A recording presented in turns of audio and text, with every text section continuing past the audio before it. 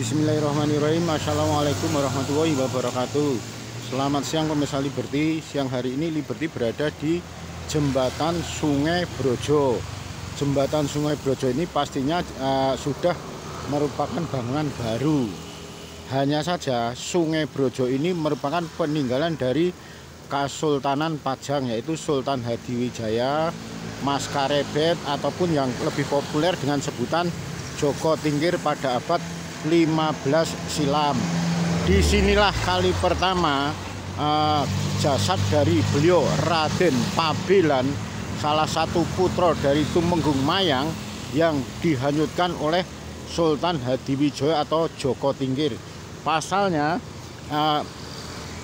Raden Pabelan ini kedapatan telah melakukan perzinahan dengan salah satu putri dari Sultan Hadiwijaya, yaitu Gusti Kanjeng Ratu Sekar Kedaton.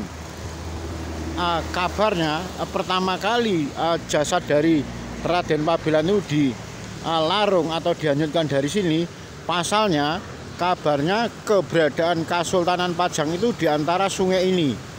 Artinya bisa ada di sebelah selatan dari sungai, bisa ada di sebelah utara dari Sungai Brojo ini yang usianya sudah ratusan tahun silam.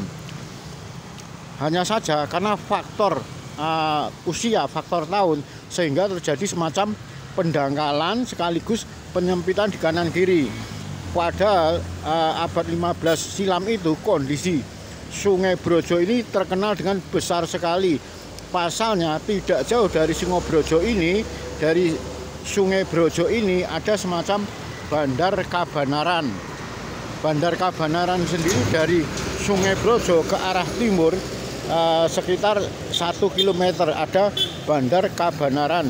Bandar yang pada waktu itu dipakai untuk sirkulasi perdagangan air atau pelabuhan air dari Sultan Hadiwijaya dengan kerajaan-kerajaan Majapahit atau kerajaan-kerajaan yang lebih tua dari Jawa Timur. Kalau Sungai Brojo ini sekarang ini telah menjadikan semacam dua wilayah. Dari wilayah barat masuk ke wilayah Makam Haji Kartosuro Sukoharjo. Sedangkan pas di depan Liberty ini masuk Kelurahan Pajang Lawean Solo. Sehingga keberadaan dari Sungai Brojo ini membelah dari dua wilayah Sukoharjo dan Solo.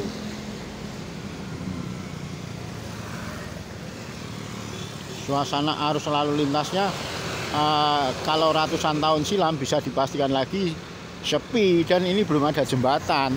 Kalau jembatan ini pastinya sudah baru. Pasalnya pada saat itu lalu lintas bukan melalui darat, lalu lintas melalui dari air.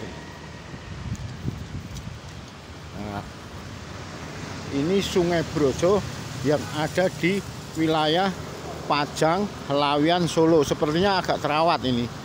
Artinya kanan kirinya diberi semacam talut, sehingga kondisi dari sungai tersebut terjaga. Nih. Pada saat itu abad 15 silam, dari wilayah Sungai Brojo yang ada di sebelah barat tersebut, dari sebelah barat itu begitu dibunuh langsung oleh beliau Sultan Hadiwijaya, jasadnya Raden Pabelan setelah melakukan perzinahan di dalam istana dengan salah satu putri Gusti Ratu Sekar Kedaton, putri dari Sultan Hadiwijaya. Jasadnya dilarung sejauh hampir 10 km dari Kesultanan Pajang ini terus lurus. Nah, ini dari Sungai Brojo nanti sekitar 1 kilo ketemu dari pertempuran yang biasa di sungai tempuran ya, yang pada saat itu biasa dipakai untuk pertapaan oleh Sultan Hadiwijaya. Dari arah utara Sungai Permulung, dari arah ke selatan sudah berganti namanya Sungai Jenes, juga merupakan peninggalan dari Sultan Hadiwijaya. Dari Sungai Jenes hingga sampai Bengawan Semanggi, pada waktu itu belum ada Bengawan Solo, dikenalnya Bengawan Semanggi. Nah, itu jaraknya sekitar 10 km. Jadi dari Kesultanan Pajang ini jasad Raden Pabelan dihanyutkan hingga sejauh 10 km dan ditemukan senantiasa mangkrak. Mangkrak itu apa nih istilahnya? Tersangkut di semacam pepohonan yang oleh Ki Ageng Solo dimakamkan dengan tanpa diketahui namanya, sehingga pada waktu itu Ki Ageng Solo menyebutnya hitung-hitung memakamkan jasad seseorang yang tidak dikenal namanya. Akhirnya disebut ya bangkai lah, bangkai kalau bahasa Jawanya menjadi batang, sehingga seiring perkembangan zaman di situ disebut Kampung Batangan. Batangan itu artinya bangkai kalau bahasa Indonesianya. Nah, ini sungainya kalau yang di wilayah masuk Kaluran Pajang ini sepertinya arus alirnya bagus ini. Memang ada penyempitan dan pendangkalan pasti karena sudah 15 tahun. Abad 15 1500 tahun yang lalu, 500 tahun yang lalu. Tapi kondisinya tampaknya bersih. Bahkan ada semacam himbauan dilarang buang sampah ke sungai, pasal 41 ayat 2, pasal 12 ayat 2 Undang-Undang nomor 23 1977, program Kali Bersih Prokasih tahun 2005, Kantor Lingkungan Hidup Surakarta. Lah, ada semacam peringatan sehingga kondisinya sungainya yang dari Pajang ini tampak bersih. Sekalipun kondisi airnya berwarna coklat, namun keadaannya tampak bersih. Nih, di sini dari jembatan Sungai Brojo ini sekitar 100 meter ke arah timur juga masih ada di tepi dari Sungai Brojo ini terdapat pemakaman dari Gusti Kanjeng Ratu Sekar Kedaton, salah satu putri dalem Sinuwun, putri dalem Sultan Hadiwijaya yang kedapatan berselingkuh, kedapatan berzina dengan putra dari Raden Pabilan, yang akhirnya Raden Pabilan dibunuh dan jasadnya dilarung dihanyutkan di Sungai Brojo ini, Sungai Jenes, hingga sampai ke Batangan. Kalau Gusti Kanjeng Ratu Sekar Kedaton, jasadnya mengetahui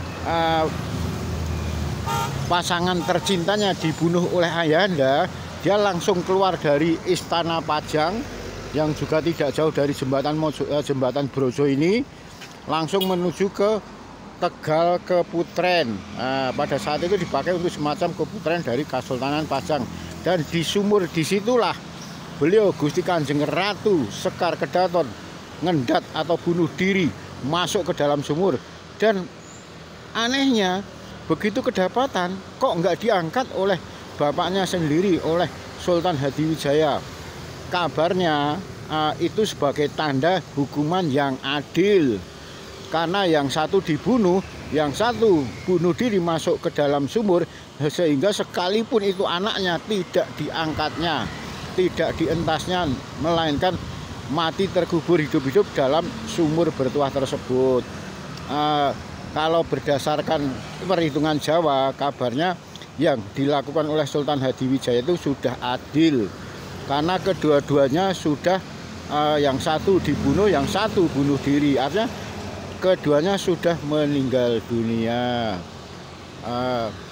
Akhirul kalam, wabillahi taufiq wal hidayah. Wassalamualaikum warahmatullahi wabarakatuh. Semoga bermanfaat.